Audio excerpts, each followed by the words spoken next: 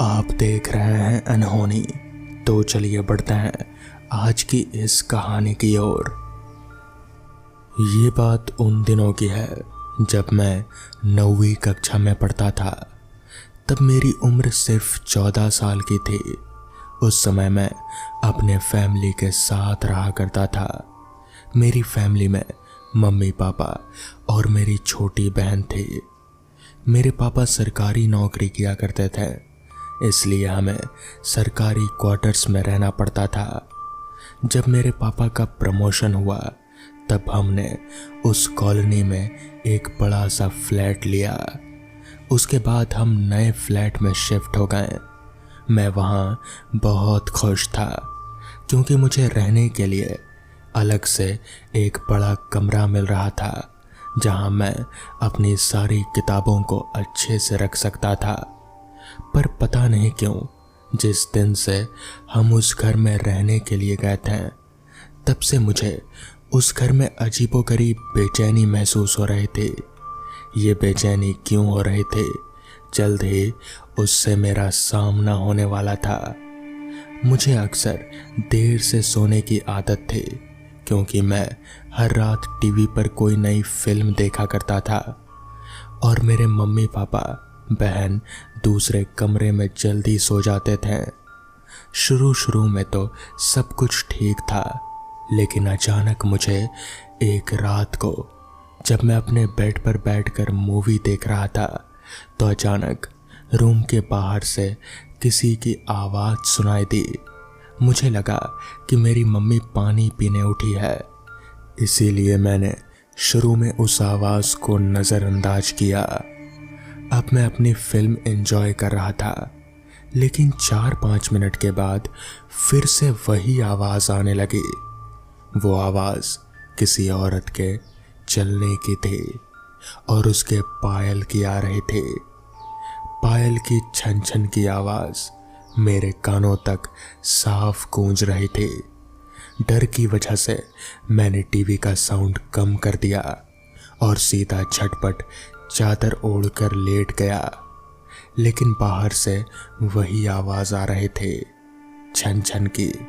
ये आवाज़ सुनकर मेरा शरीर कांपने लगा और मेरे रोंगटे भी खड़े हो गए। आवाज़ लगातार आ रही थी। वो आवाज़ 4-5 सेकंड के लिए सुनाई देती, उसके बाद बंद हो जाती, फिर आती। यही छन छन की आवाज़ बार बार आ रही थी। ऐसा लग रहा था मानो जैसे कि कोई भारी पायल पहनकर चल रहा हो। मेरा दिल जोर जोर से धड़क रहा था। ऐसा लग रहा था कि अभी मेरा दिल छाती फाड़ कर बाहर आ जाएगा। उस वक्त मुझे कुछ भी समझ में नहीं आ रहा था कि मैं क्या करूं। मैंने तय किया कि मुझे अपने मम्मी पापा को उठाकर सारी बात बता देनी चाहिए। मैंने हिम्मत करके दरवाज़ा खोला। उस समय वही आवाज़ बिल्कुल मेरे सामने से आ रही थी। ऐसा लग रहा था कि कोई औरत चलकर मेरे पास आ रही हो, लेकिन सिर्फ आवाज़ ही आ रही थी। सामने कोई भी दिखाई नहीं दे रहा था, मगर वो आवाज़ बिल्कुल साफ थी। मैं वहाँ खड़े खड़े जैसे सुन्न सा हो गया था। तभी मुझे ऐसा महसूस हुआ कि कोई चीज़ मेरे शरीर के आर पार होकर गई हो। मुझे समझ नहीं आया कि वो क्या था, मगर कुछ तो था। वो जो कुछ भी था नज़र नहीं आ रहा था।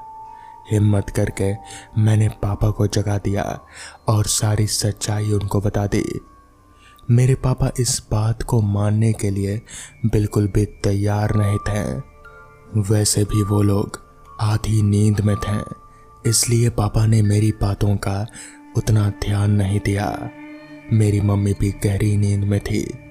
पापा ने कहा कि लाइट बंद करके सो जाओ, शायद कोई सपना आया होगा। किसी ने भी मेरी बात पर ध्यान नहीं दिया। बाद में मैं चुपचाप भगवान का नाम लेते हुए अपने कमरे की तरफ चल दिया। मैं अभी अपने कमरे की तरफ हॉलवे में चल ही रहा था कि तभी मुझे ऐसा महसूस हुआ कि जैसे किसी ने मेरा हाथ पकड़ लिया हो।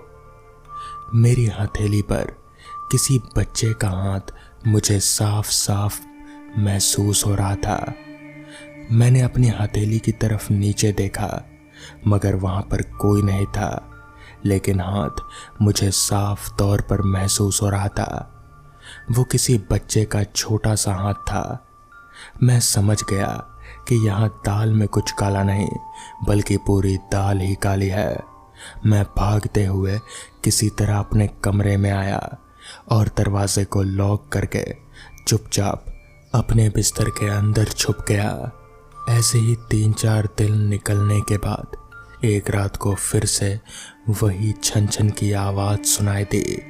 साथ ही मुझे वही एहसास भी होने लगा। अब मुझे उस आवाज़ की आदत पड़ गई थी और मैं अपने ही घर में डरा डरा सा रहने लगा। मैंने नोटिस किया कि वो आवाज़ ठीक रात के 10 बजे के बाद आया करती थी, पर एक बात तो पक्की थी कि वो आवाज़ सिर्फ मुझे ही सुनाई दे रही थी और घर के किसी मेंबर को नहीं। कभी कभी मैं उस आवाज़ से बहुत ही डर जाता था, लेकिन भगवान की कृपा थी कि वो आवाज़ या फिर वो जो कुछ भी था उसने कभी भी मुझे कोई नुकसान नहीं पहुंचाया और ना ही मेरे परिवार को। 8-9 महीने के बाद पापा का ट्रांसफ़र हो गया और हम एक नए फ्लैट में शिफ्ट हो गए। हमारे यहाँ से जाने के बाद इसी फ्लैट पर वर्मा अंकल का परिवार रहने के लिए आया, तो हमारे जान पहचान के लोग थे।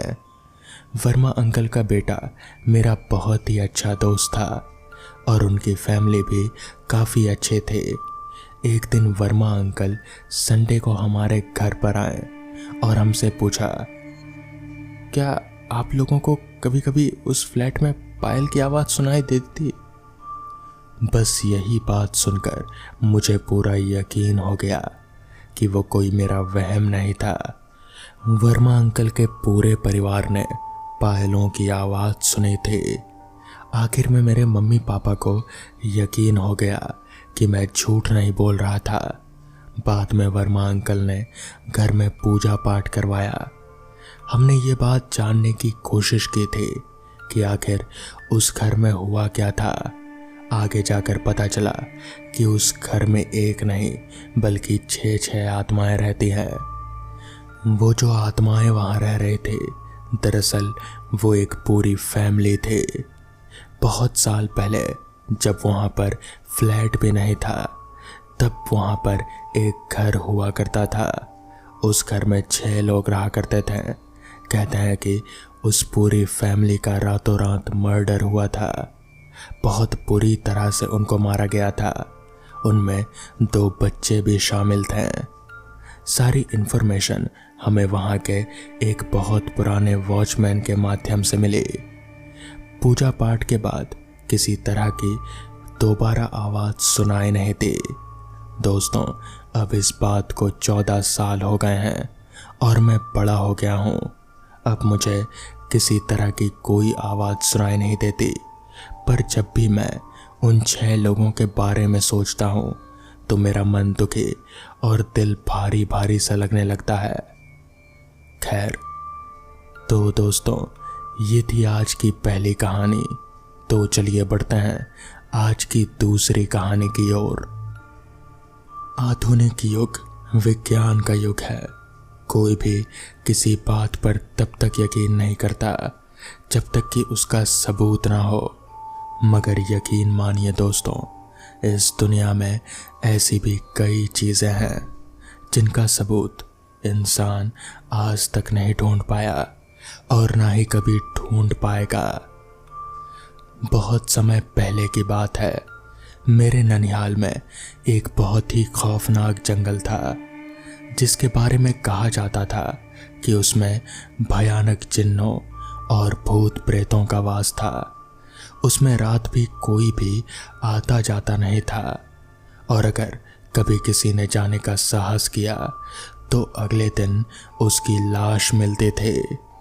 इसलिए सब उससे दूर ही रहते थे। उसके बारे में मान्यता थी कि उसमें निवास करने वाले भूत प्रेत बच्चों और औरतों को कभी भी कोई नुकसान नहीं पहुंचाते थे। जब भी मैं ननिहाल जाता उसके बारे में बहुत कहानियां सुनने को मिलती, पर कभी वहां जाने को नहीं मिला। एक बार की बात है, उस समय मेरी उम्र लगभग 10 साल की थी। एक दिन मैं स्कूल से घर आया तो देखा कि माँ रो रहे थे। मेरे पूछने पर उन्होंने बताया कि तार आया है, तुम्हारे नाना जी गंभीर रूप से अस्वस्थ हैं और वो मुझे देखना चाहते हैं। पिताजी कहीं बाहर गए थे काम से, माँ अकेले कभी नहीं गई थी, इसलिए घबरा रहे थे।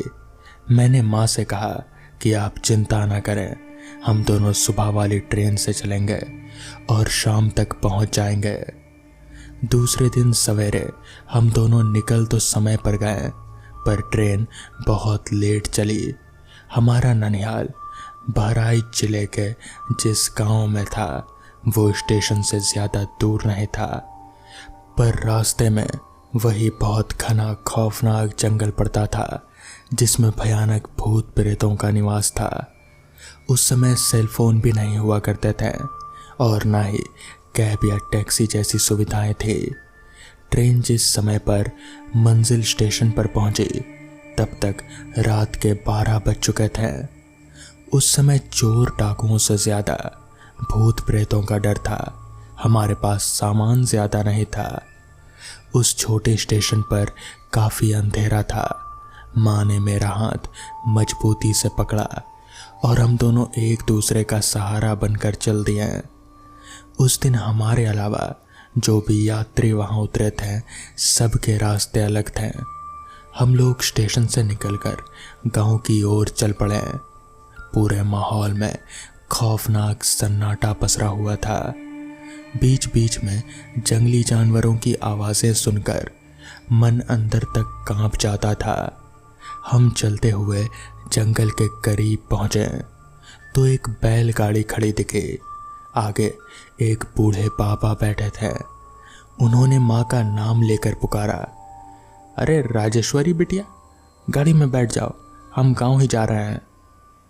मम्मी उनकी ओर देखकर जब तक कुछ बोलते उससे पहले ही वो बोल पड़े, अरे बिटिया, हमको पहचाना नहीं का? हम हैं रामदीन काका। जब तुम छोटी सी थी तब तुम्हारे घर में काम करते थे। तो इस पर मम्मी ने कहा, अच्छा हाँ काका, पहचान लिया। उसके बाद हम दोनों उनकी बैलगाड़ी पर बैठ गए तो उन्होंने कहा, बिटिया बचुआ, दोनों लोग सिर को और मुंह को ढक लो और चुपचाप बैठ जाओ, क्योंकि इस जंगल में भूत प्रेत का वास है। जब घर आएगा तो हम तुम्हें बता देंगे। रामदीन काका के मिलने से हम दोनों को बहुत बड़ा सहारा मिल गया। हम दोनों ने उनके कहे अनुसार अपना चेहरा और आंख ढक ली। आधे घंटे के बाद जब बूढ़े बाबा ने कहा कि बिटिया घर आ गया है तो हम लोगों ने अपना मुंह खोलकर गाड़ी से उतर गए। माँ ने घर का दरवाज़ा खटखटाया। मामा जी ने दरवाज़ा खोला और इतनी रात में हमें देखते ही आश्चर्य में पड़ गए। उन्होंने कहा, इतनी रात में अचानक अकेले कैसे आए? सब ठीक तो है? हमने पीछे मुड़कर देखा तो गाड़ी नहीं थी।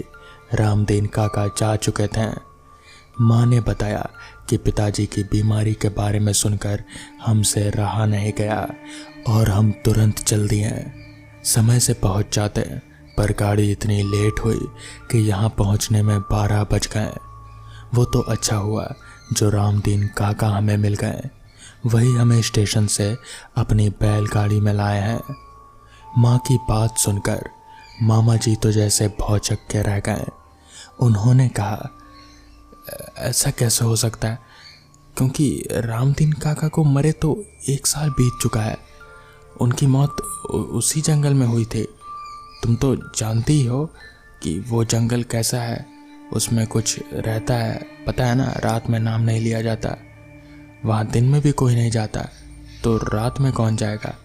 मगर हम रामदीन काका की बैलगाड़ी में बैठकर ही घर पहुँचे थे। इस बात को झुटलाया नहीं जा सकता था। सारी बात जानकर अब हम सब इस आशंका से भयभीत थे कि हम एक भूत के साथ यात्रा कर रहे थे। नाना जी ने जब पूरी बात सुन ली तो उनकी आंखों से आंसू बहने लगे। उन्होंने कहा कि रामदीन ने अपनी मौत के बाद भी मुसीबत में मेरी बेटी की मदद करके अपना कर्तव्य निभाया। मैं यानी कि नाना जी मन ही मन तुम्हें याद कर रहा था, तुम्हें देखना चाहता था, लेकिन बार बार कहने पर भी इन लोगों ने तुम्हें चिट्ठी नहीं लिखी। क्या? तो फिर वो तार किसने भेजा? माँ ने कहा। सब भौचक्के थे। मैं अपनी छोटी सी बुद्धि से ये आइडिया लगा रहा था कि क्या रामदीन की आत्मा ने नाना जी के मन की बात जानकर ये सब किया है। क्या ऐसा भी हो सकता है? अगले दिन गांव में इस घटना की चर्चा थी। अब उस खौफनाक जंगल के बारे में जो कहानी प्रचलित थी वो सच साबित हो चुकी थी कि इस जंगल में प्रेत जो हैं वो बच्चों और औरतों को नहीं सताते हैं, वो सिर्फ मर्दों को ही परेशान करते हैं। रामदीन भी उसी जंगल में अपनी बैलगाड़ी पर मारे पाए गए थे। तो दोस्तों, ये थी आज की पहली कहानी। तो चलिए बढ़ते हैं आज की दूसरी कहानी की ओर। यार बहुत रात हो गई है, थोड़ा जल्दी बाइक चला। अनिकेत ने अपने दोस्त राजेश को कहा। तो इस पर राजेश ने कहा, यार जल्दी ही तो चला रहा हूँ, ये रास्ता सही नहीं है, ज़्यादा तेज चलाना ऊपर से रात के वक्त सही नहीं रहेगा, इसलिए थोड़ा संभल कर ही चलते हैं। वैसे भी रात ही तो हुई है, इसमें डरने वाली कौन सी बात है। तो इस पर अनिकेत ने कहा, यार तूने सुना नहीं है क्या, ये रास्ता क्या? तो इस पर अनिकेत ने वापस से बोलना जारी रखा। दरअसल लोग बोलते हैं कि ये रास्ता रात के लिए सही नहीं है, यहाँ पर आत्माएं भटकती है। इस पर राजेश ने मुस्कुराते हुए कहा, अबे क्या यार, तू भी ये क्या इन सब बातों पर यकीन करता है? पागल है क्या? भूत प्रेत आत्मा ये सब बस दिमाग का वहम है, ये सब कुछ नहीं होता, चल चुपचाप। जिसके बाद राजेश ने आराम से बाइक चलाना जारी रखा। रात काफ़ी हो चुकी थी। इसका अंदाज़ा रास्ते की खामोशी और सन्नाटे को देखकर साफ पता लगाया जा सकता था। रास्ते के दोनों तरफ जंगल झाड़ियाँ थे, इसलिए चांद की रोशनी भी रास्ते पर सही से पहुंच नहीं पा रहे थे। बस बाइक की हेडलाइट की रोशनी ही थी जो उस रास्ते पर उन लोगों की सहारा बने हुए थे। राजेश बाइक को चलाते हुए तेजी से उस रास्ते पर आगे बढ़ने लगा। ठंड का मौसम था और राजेश को काफ़ी ठंड भी लग रहे थे। तभी उसने अनिकेत से कहा, यार थोड़ी देर तू बाइक चलाएगा क्या? मुझे बहुत ठंड लग रही है यार। इस पर अनिकेत ने कहा, यार मैं चला लेता बाइक, मगर वो क्या है कि मुझे सही से चलाना नहीं आता। तो इस पर राजेश ने वापस से कहा, क्या बे, अगर नहीं चलाना तो सीधा बोल कि डर लग रहा है, या बहाना क्यों मार रहा है। जिसके बाद राजेश ने वापस से बाइक चलाना जारी रखा। रास्ते पर उन दोनों के अलावा और कोई भी इंसान नजर नहीं आ रहा था। रास्ते पर खामोशी और सन्नाटा इस कदर फैला हुआ था कि वो लोग बाइक की आवाज़ के साथ ही साथ दूर कहीं से ट्रेन के गुजरने की आवाज़ भी साफ तौर पर सुन पा रहे थे। राजेश तेजी से अभी बाइक चला ही रहा था कि तभी अचानक ही उसे रास्ते के बीचों बीच एक बच्चा खड़ा नजर आया। इस पर राजेश ने अनिकेत से कहा, अबे वो सामने देख, ये बच्चा कहाँ से आ गया इस रास्ते पर। इस पर अनिकेत ने कांपती आवाज में कहा, भाई मैंने कहा था ना कि ये रास्ता।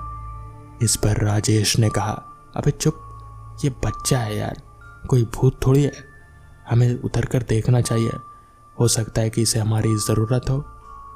इस पर अनिकेत ने साफ मना किया, मगर राजेश नहीं माना। वो उतरकर उस बच्चे की तरफ आगे बढ़ने लगा।